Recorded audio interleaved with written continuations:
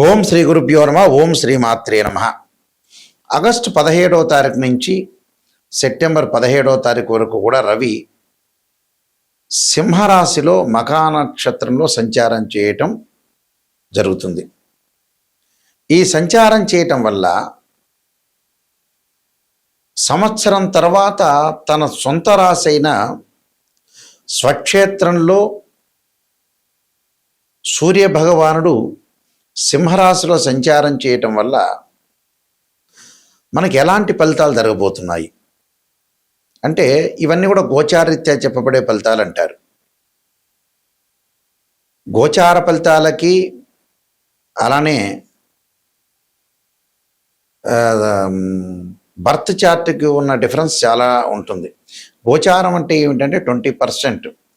అంటే ఈ నెలలో ఎలాంటి పనులు చేయాలి, వృత్తి ఉద్యోగ వ్యాపార రంగాలు ఎలాంటి నిర్ణయాలు తీసుకోవాలి, ఎలాంటి విషయాల్లో ముందుకు వెళ్ళాలి, ఎలాంటి నిర్ణయం తీసుకుని ముందుకు వెళ్ళాలి, ఆరోగ్యపరంగా ఎలా ఉంటుంది, ఉద్యోగపరంగా ఎలా ఉంటుంది, వ్యాపార పరంగా ఎలా ఉంటుందని, శుభ కార్యక్రమాలు ఎలాంటి నిర్ణయాలు తీసుకోవాలనేది తెలిపేదే గోచారం. లైఫ్ లాంగ్లో రవి ఎలా ఉన్నాడు అంటే లైఫ్ లాంగ్లో ఏ విధంగా ఉండబోతున్నాడు అనేది మనం చూసుకోవాలి. ఎందుకంటే దశమ భావాధిపతి కూడా ఇక్కడ రవే. దశమ భావాధిపతులు రవి, బుధుడు, గురువు, శని. అందువల్ల దశమ భావానికి కారకత్వాన్ని వహించే గ్రహం ఏంటంటే రవి జ్యోతిష్ శాస్త్రంలో. మిగతా భావాలకి మిగతా గ్రహాలు ఉన్నాయి.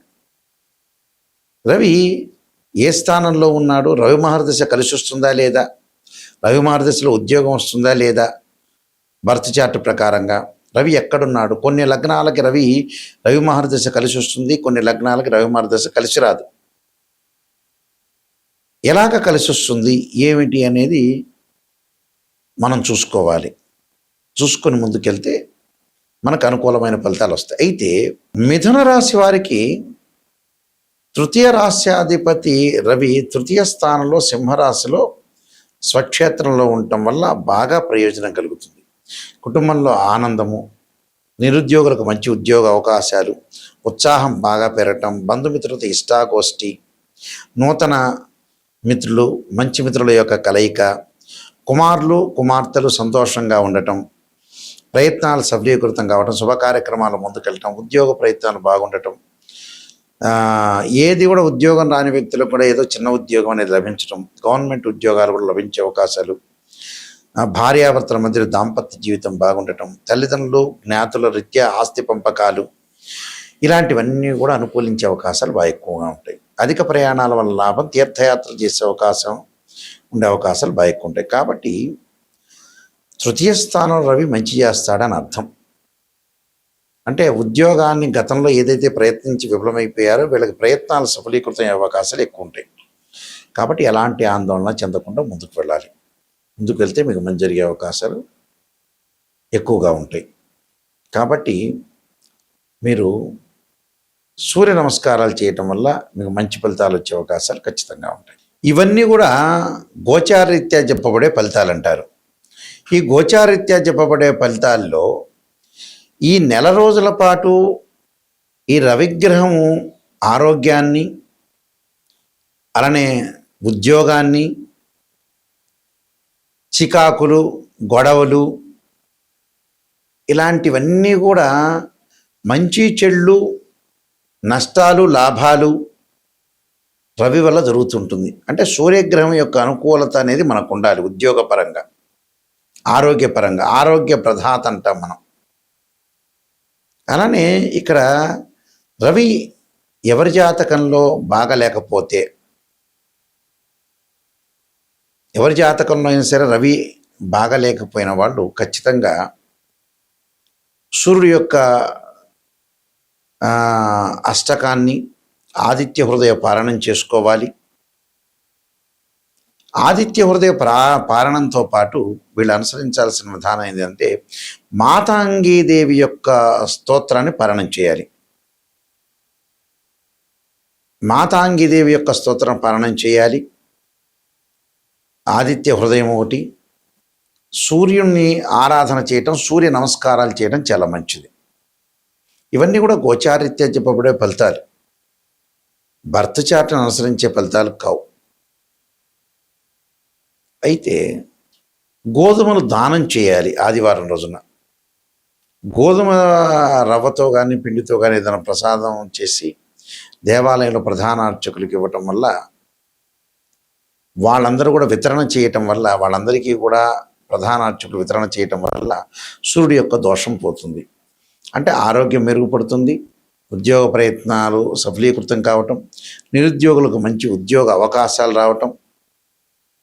అంటే ఆరోగ్యం అనేది ఫస్ట్ ప్రయారిటీ కదా. మనకి ఆరోగ్యం బాగుంటేనే మిగతావన్నీ బాగుంటాయి. అందువల్ల ఇవన్నీ కూడా గోచారీత్యా చెప్పబడే ఫలితాలు అంటారు.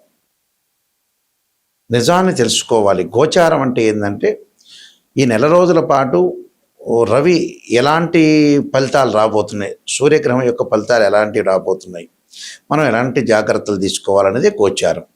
లైఫ్ లాంగ్గా రవి ఎలా ఉన్నాడని చూడటం వేరే. అంటే జన్మలగ్నాన్ని అనుసరించి రవి ఏ స్థానంలో ఉన్నాడు, రవి మహర్దశ కలిసి వస్తుందా లేదా. కొంతమందికి రవి మహర్దశ కలిసి రాదు, కొంతమందికి కలిసి వస్తుంటుంది. ఎవరెవరికి కలిసి వస్తుంది, ఎవరెవరికి కలిసి రాదు, వాళ్ళ జన్మలగ్నాన్ని బట్టి అనుసరించి మాత్రమే ముందుకు వెళ్ళాలి. అంటే ఉద్యోగపరంగా ఎలా ఉండబోతుంది, డెవలప్మెంట్ ఎలా ఉండబోతుంది, ఆరోగ్యపరంగా ఏమైనా ఇబ్బందులు కలుగుతాయి, ఇలాంటివన్నీ కూడా జాగ్రత్తగా అనుసరించి ముందుకు వెళ్ళాలి. నేను కాలసర్పయోగము, కాలసర్పయోగ చంద్రిక, రాహుకేతులు, ఛాయాగ్రహాలు, పుత్ర గణపతి వ్రతము, స్వప్నశాస్త్రము, దేవతా గోత్రపరులు పార్ట్ 1, పార్ట్ 2, అలానే నవగ్రహ దోషాలు పోవడానికి 12 అమ్మవార్ల యొక్క స్తోత్ర పరణాలు, బృహత్ పరిహార సింధు, వివాహ మార్తాండము, జాతక చంద్రిక, దేవాలయ ఆగమశాస్త్రం, transit of results, prediction of astrology, ఇలాంటి నెంబర్ ఆఫ్ ఆస్ట్రాలజీ బుక్స్ రాశాను. ఇవన్నీ కూడా రాజమండ్రిలో మోహన్ పబ్లికేషన్ వారి దగ్గర దొరుకుతాయి, మా దగ్గర కూడా లభ్యమవుతాయి. మా వెబ్సైట్ www.nayakanti.com, nayakanti.in. ఈ నెల నుంచి ఒక న్యూ ఛానల్ స్టార్ట్ చేయబోతున్నాం మా నాన్నగారి పేరు మీద. మా నాన్నగారు శ్రీశైలంలో ప్రధాన పురోహితులుగా పనిచేశారు. బ్రహ్మశ్రీ కీర్తిశేషులు నాయకంటి కుమారస్వామి శర్మ దైవజ్ఞ. వీరు జ్యోతిష్యంలోనూ, వాస్తులోనూ, అలానే స్మార్తంలోనూ, వేదంలోనూ, హస్త సాముద్రికంలోనూ పండితులు. అంటే వీళ్ళందరూ కూడా మా నాన్నగారు పురాతన రోజుల్లో జ్యోతిష్యులు. వీళ్ళందరూ కూడా ఇప్పుడు లేరు, కాలం చేశారు. వారి పేరు మీద, ఎందుకంటే పెద్దవాళ్ళు చెప్పే విధానాలు కానీ అవన్నీ కూడా పూర్వం రోజుల్లో చాలా మంచిగా ఉండేది, వాళ్ళ నిర్ణయాలు కానీ వాళ్ళ విషయాలన్నీ కూడా. అందువల్ల నిజాలు తెలుసుకోవాలని ఆ ఛానల్లో ప్రత్యేకంగా కుశదోషాలు, ఏ వాళ్ళకి కుశదోషాలు ఉంటాయి, ఏ వాళ్ళకి ఎగ్జామ్షన్ ఉంటాయి, ఏ రాసులకి, ఏ నక్షత్రాలకి శుక్రదోషాల గురించి కానీ, వాస్తు సంబంధించిన సమస్యల గురించి కానీ దానిలో ప్రత్యేకంగా చెప్పబోతున్నాము. అందువల్ల ఖచ్చితంగా ఆ ఛానల్ని మీరు ఆదరించండి. ఆదరించి మీకు ఏదన్నా సందేహాలున్నా మాకు ఫోన్ చేయొచ్చు. నిజాన్ని తెలుసుకోవడం చాలా ఇంపార్టెంట్. అందువల్ల నిజాన్ని తెలుసుకొని ముందుకు వెళ్ళండి. మా వెబ్సైట్ www.nayakanti.com, www.nayakanti.in అనే వెబ్సైట్ను చూడండి. మీరు చక్కగా మీ అందరికీ కూడా పరమేశ్వరుడు యొక్క కరుణాకటాక్షం ఉండాలని ఆశిస్తూ సర్వే జనా సుఖినో భవంతు.